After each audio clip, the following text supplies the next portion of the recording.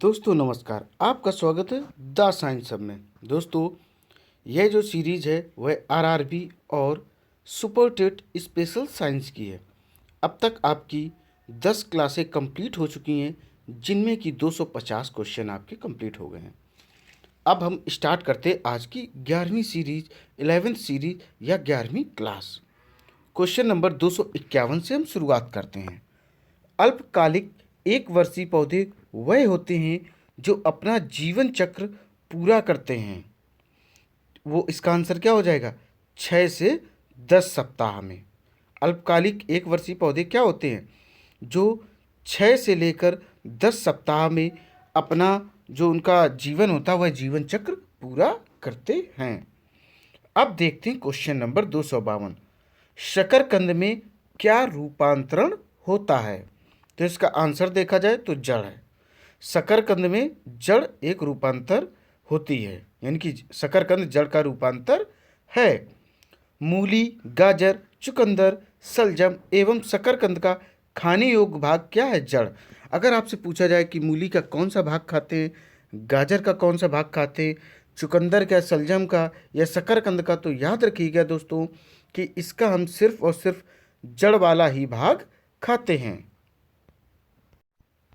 अदरक, हल्दी, ओल, अरबी, प्याज, आलू का खाने योग्य भाग तना है। अगर आपसे क्वेश्चन, ये भी क्वेश्चन जितने हैं वो सारे के सारे आने वाले हैं और आए हुए हैं। अगर आपसे पूछा जाए अदरक, हल्दी, अरबी, प्याज, आलू का कौन सा भाग हम लोग खाते हैं, तो हमेशा माइंड सेट क्लियर रखिएगा कि हम तना ही खाते हैं। कौन सा भाग खाते हैं? तना। और मूली, गाजर, चुकंदर, सलजम, शकरकंद आदि की बात की जाए तो उसका हम कौन सा भाग खाते हैं? जड़। लेकिन अदरक, आलू का या अरबी का, प्याज का, ओल का कौन सा भाग खाते हैं? हम उसका भाग खाते हैं तना। अब देखते हैं क्वेश्चन नंबर 253। आपका क्वेश्चन है 253। एक जीव दूसरे जीव पर वृद्धि करता है परंतु उससे भोजन नहीं लेता है, तो वह क्या कहलाता? वह कहलाता है अधिपादप। क्या कहलाता? अधिपादप। इंग्लिश में इसे बोलते हैं एपीफाइटिक। क्या कहते हैं? एपीफाइटिक। यह दूसरे पौधे मीन्स पेड़ पौधे पर उगेगा तो, निकलेगा तो, रहेगा तो, उसके ऊपर वृद्धि करेगा, लेकिन उससे यह भोजन प्राप्त नहीं करता है। अब देखते हैं क्वेश्चन नंबर 254। आरोहण मूल यानी कि क्लाइंबिंग रूट पाई जाती है। किसमें पाई जाती है? वह पाई जाती है पान में। आरोहण मूल यानी कि क्लाइंबिंग रूट पान में पाई जाती है। बरगद में स्तंभ मूल यानी कि प्रॉप रूट्स पाई जाती है, जो पौधे को सहायता प्रदान करती है। अब देखते हैं हम क्वेश्चन नंबर 255। निम्नलिखित में से अभ्रूणपोषी बीज कौन सा है? तो वह है मटर। क्या है? मटर। मटर के बारे में हम बता दें, जो अनुवांशिकी के पिता कहे जाते, फादर ऑफ जेनेटिक, यानी कि ग्रेगर जॉन मेंडल, उन्होंने अपने प्रयोग में, अपने प्रैक्टिकल में मटर के पौधे का प्रयोग किया था, क्योंकि यह बहुत आसानी से उपलब्ध होता है और यह 6 महीने वाली फसल होती है, इसलिए उन्हें मटर के पौधे पर प्रयोग किया था। और मटर के पौधे का जो बॉटनिकल नेम यानी कि वनस्पतिक नाम होता, वह होता है पाइसम सटाइवम। अब देखते हैं क्वेश्चन नंबर 256। बीजों का अंकुरण जब वे फल के अंदर ही होते हैं तो क्या कहलाता है? तो यह कहलाता है वीवी पेरी। क्या कहलाता है? वीवी पेरी।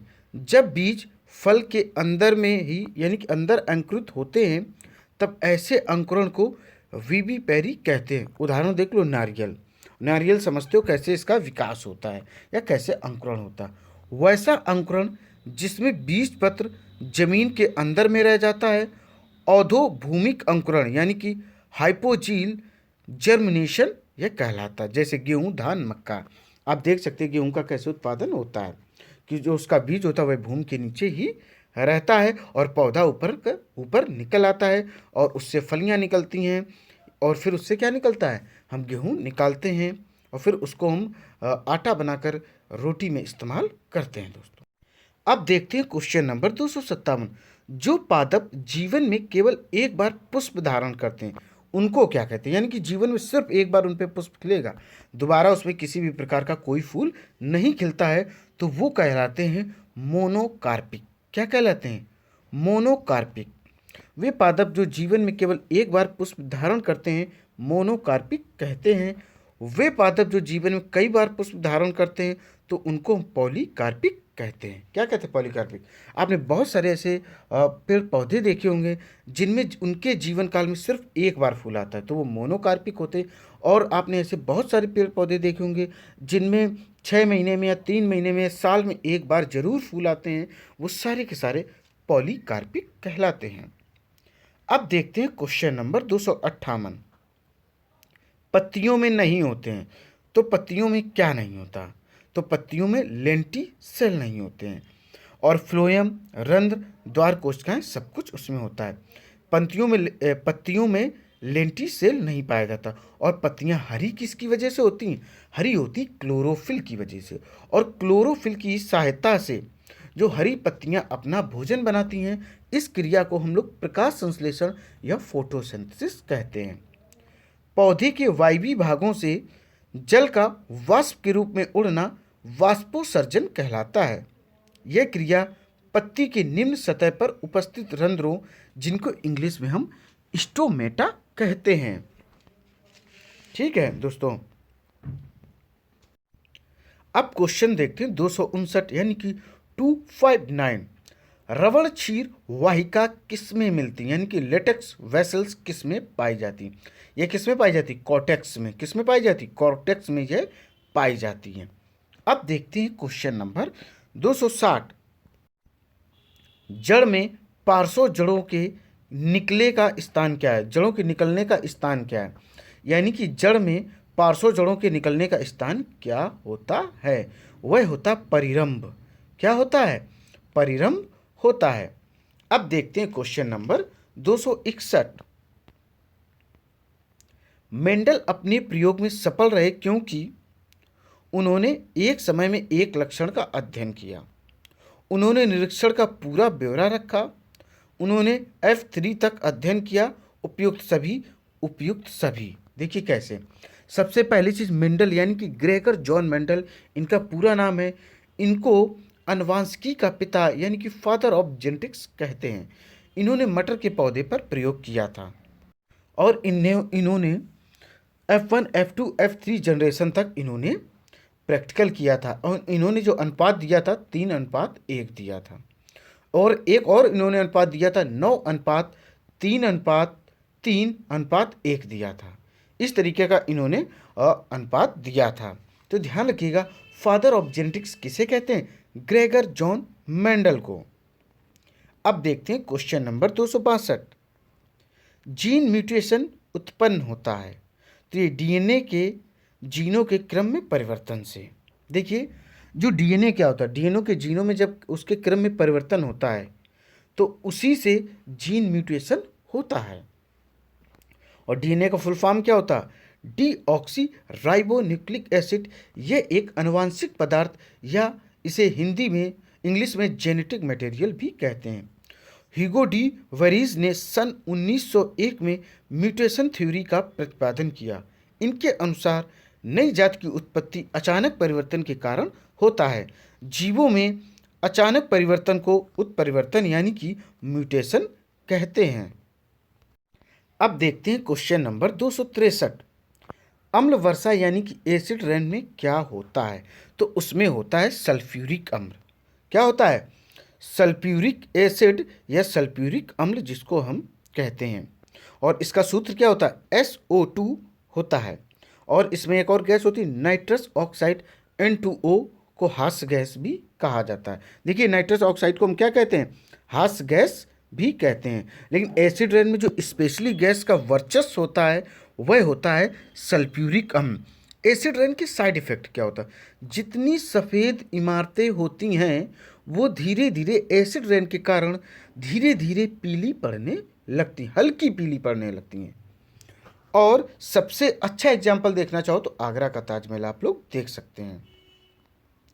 अब देखते हैं क्वेश्चन नंबर 264। भोजपत्र किससे मिलता है? तो यह मिलता है बेटुला की छाल से। किससे मिलता है? बेटुला की छाल से यह प्राप्त होता है भोजपत्र। भोजपत्र जिस पे लिखा जाता है। अब देखते हैं क्वेश्चन नंबर 265। लंबे रेशे कहलाते हैं। लंबे रेशे क्या कहलाते हैं? लिंट। क्या कहलाते हैं? लिंट यह कहलाते हैं। अब देखते हैं क्वेश्चन नंबर 266। सिरका विनेगार का खट्टापन किसके कारण होता है? सिरका हम सभी लोग जानते हो, लोकल लैंग्वेज में इसको छिरका भी कहते हैं। यह बनाया किससे जाता है? यह गन्ने के रस से बनाया जाता है। लंबे समय तक इसको आप सुरक्षित ऐसे ही रख दें तो ऑटोमेटिक ये खट्टा होने लगता है कुछ समय बाद। इसको हम छिरका सिरका विनेगार कहते हैं।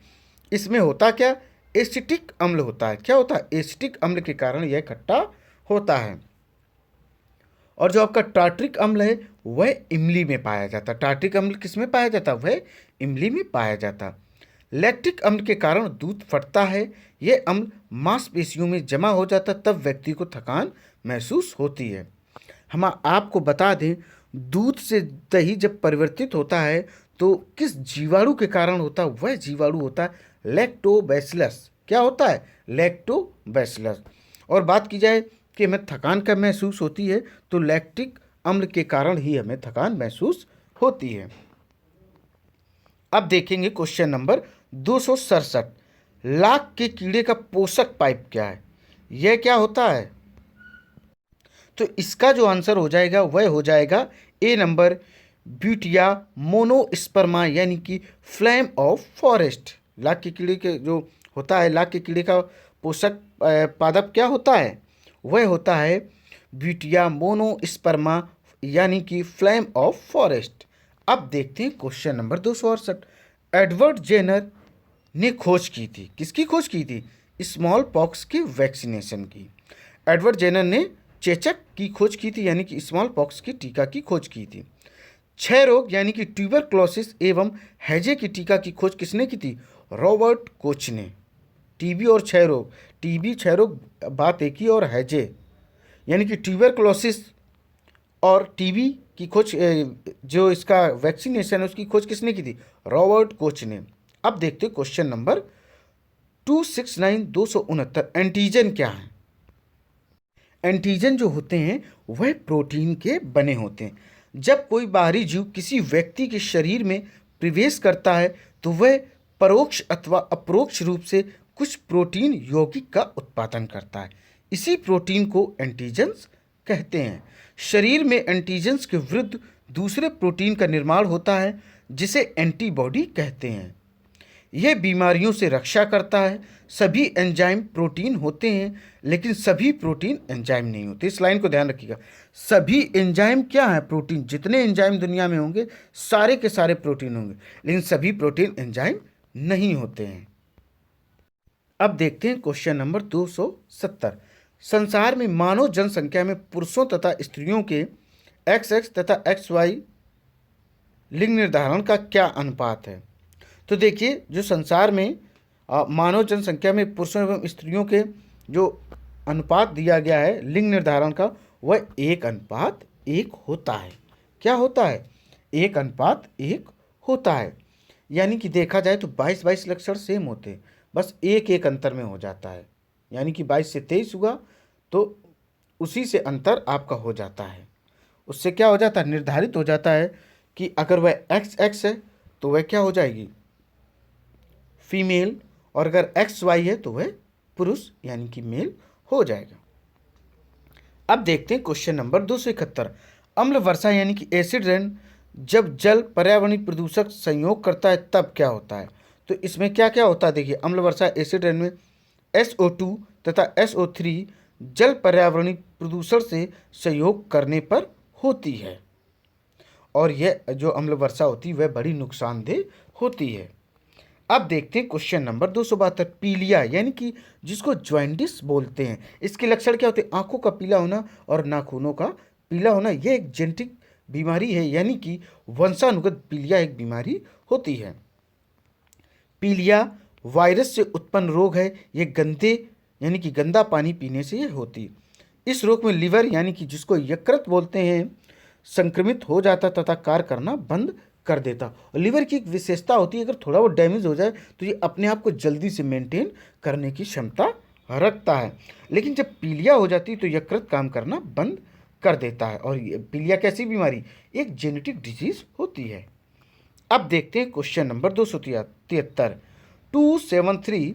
किसी जीव के लक्षण लिंग सहलग्न कहलाते हैं, यानी कि सेक्स लिंक्ड कहलाते हैं जब उसकी जीन का वाहक क्या होता है?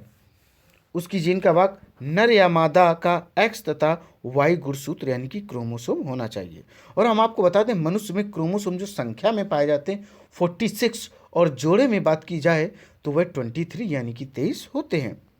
किसी जीव के लक्षण लिंग संलग्न कहलाते हैं जब उसकी जीन का वाहक नर या मादा का एक्स तथा वाई गुण सूत्र क्रोमोसोम होता है। ठीक है, अब क्वेश्चन देखते हैं 274। यदि माता पिता दोनों रंजकहीन हो यानी कि एल्बिनो हो तो क्या होगा?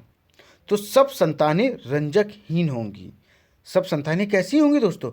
रंजकहीन ही होंगी। अब देखते हैं क्वेश्चन नंबर 275। किस परिस्थिति में एक नारी भी वर्णांध यानी कि कलर ब्लाइंड हो सकती है, यानी कि कलर में भेद नहीं कर पाती है? तो उसकी कंडीशन क्या होगी? यदि उसका पिता वर्णांध और माता वाहक हो, यानी कि उसके जो फादर हैं वो इस बीमारी कलर ब्लाइंडनेस से ग्रसित हो और माता क्या हो? कैरियर हो, एक वाहक हो, तो वह स्त्री की होने की संभावना क्या है? वह भी वर्णांध यानी कि कलर ब्लाइंड हो सकती है। दोस्तों, उम्मीद है ये वीडियो आपको पसंद आया होगा।